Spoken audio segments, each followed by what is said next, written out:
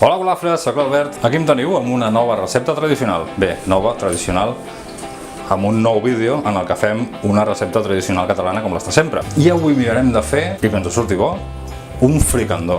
El fricandó de tota la vida. Alguns el fan d'una manera, els altres d'una altra, altres no hi posen tomàquet, la meva iaia hi posava pastanaga, jo hi posaré pastanaga. Es poden posar bolets de temporada, ara que és temporada, però com que sempre hi ha moixernons o cama-secs deshidratats, farem la recepta amb moixernons deshidratats, que és el més habitual. Doncs vinga, dit això, anem a veure com es fa.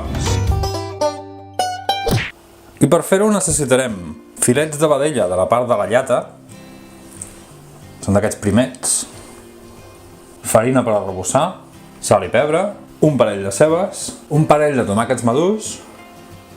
Jo li posaré una pastanaga, això és opcional. En algunes receptes ho he vist i en algunes altres no, però jo n'hi posaré. Moixernons, d'aquests deshidratats, mitja copa de conyac o brandy, una copa de vi blanc i pa torrat, unes ametlles torrades, una miqueta de julivert i un gra d'all per fer-hi una picada. Doncs anem a començar. Colaré els moixernons i així m'asseguraré que no tinguin restes de terra. Els remullaré així una miqueta, els rentaré.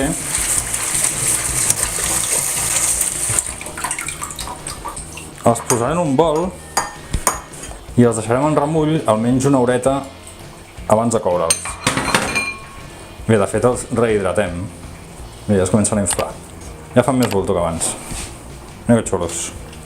La ceba la podem tallar ben petita, però jo aquesta vegada la ratllaré, perquè així després la salsa quedarà com més uniforme. Potser és massa grossa. Potser la podríem ratllar per aquest costat que és més fi. A veure com queda. Hosti, massa i tot, tu. No. Com piquen els ulls. Ara no ho veieu perquè no puc tocar la càmera, però estic plorant. I si veieu que això de ratllar-la us resulta molt incòmode com a mi, podeu picar la ceba ben petitona. Mira, amb un ganivet ben esmolat, i anem fent talls aquí sense arribar al final, ben finets, sense arribar al final perquè no es desmunti, i després doneu un quart de volta, i com que ja té els seus aros, ara fareu aquest tall tan finet com vulgueu, i us sortirà tot picadet. Com més petit, en aquest cas millor. I després, si voleu, ho podeu acabar picant d'aquesta manera. Tant com vulgueu.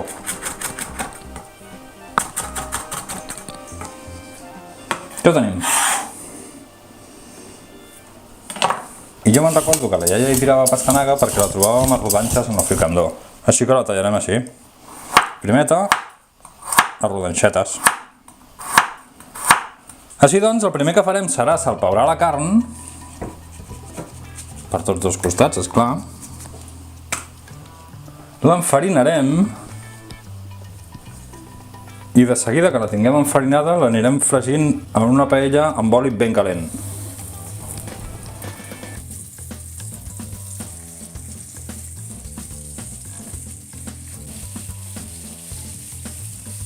Farem així volta i volta perquè no quedi massa sec. El retirarem i el deixarem en paper secant perquè vagi perdent l'accés d'oli. I així farem tots els talls. Ara en el mateix oli on hi hem fregit la carn hi tirarem la ceba. L'anirem fregint una miqueta fins que quedi rosseta. Ara la ceba s'ha impregnat de l'oli on hem fregit la carn i ja fa una oloreta bestial. Jo a la ceba sempre li tiro una miqueta de sal. Mentre es va fregint la ceba, en un foc a part hi posarem un cassó amb una miqueta d'aigua perquè després necessitarem aigua calenta i així ja la tindrem calenteta. I ara quan estigui la ceba ben rossa hi afegirem els tomàquets que els hi posarem ratllats i mira, els hi ratllarem aquí mateix.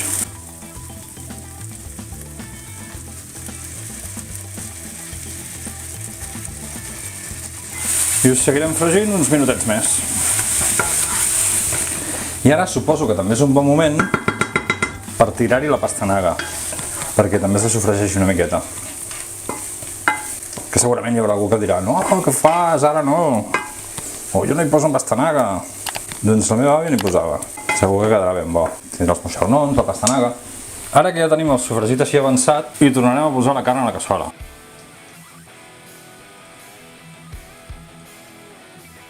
I ho ruixarem amb la copeta de brandy. O conyac. Mira quin soroll fa, tu.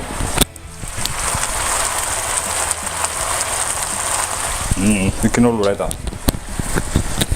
I quan veiem que s'ha evaporat l'alcohol del brandy, aleshores hi tirem la copa de vi blanc. O de vi ranci. I ara de seguida hi afegirem aquella aigua que teníem aquí escalfant, perquè ha d'estar sempre calenta l'aigua que hi tirem. Ara hi afegirem també els moixernons, amb una miqueta de l'aigua en la que ha estat en remull. Ho remenarem una miqueta.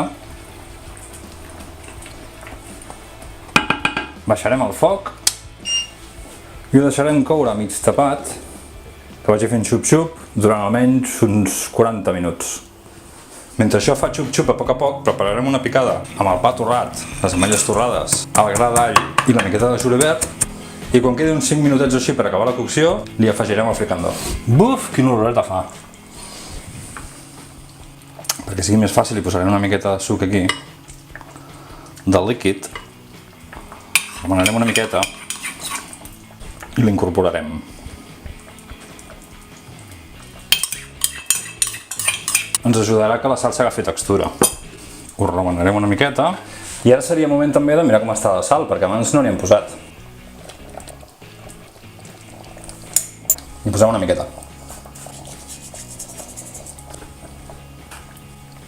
Mira quina pinta que té. Mare meva, quina olor que fa. Espectacular. I ara que ja el tenim fet... Ui, estic molt a prop. Ara millor. I ara que ja el tenim fet, el deixarem reposar, perquè aquest és un d'aquells plats que està molt millor si el deixem reposar i ens el mengem el dia següent. I aquesta és la pinta que té quan encara està a la cassola, i aquesta és la pinta que fa el dia següent ja posat en el plat, que agafaré una barra de pa i sucaré, que em sembla que hi perdré el rellotge i tot. Fricandó. Boníssims. Mentre això fa xup-xup, però no se'm veu tot el cap, oi?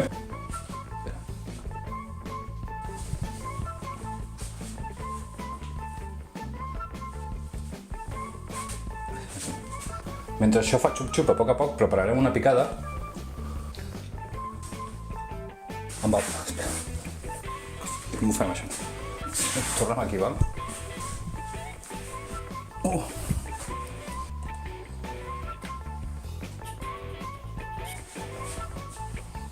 Mentre això fa xup-xup a poc, prepararem una picada amb el pa torrat, el gra d'all i la miqueta de julivert, i quan quedi uns 5 minutets així per acabar la cocció, hi afegirem el fricandó, diguéssim. Et sembla bé o què? Així doncs, el primer que farem serà salpeurar la carn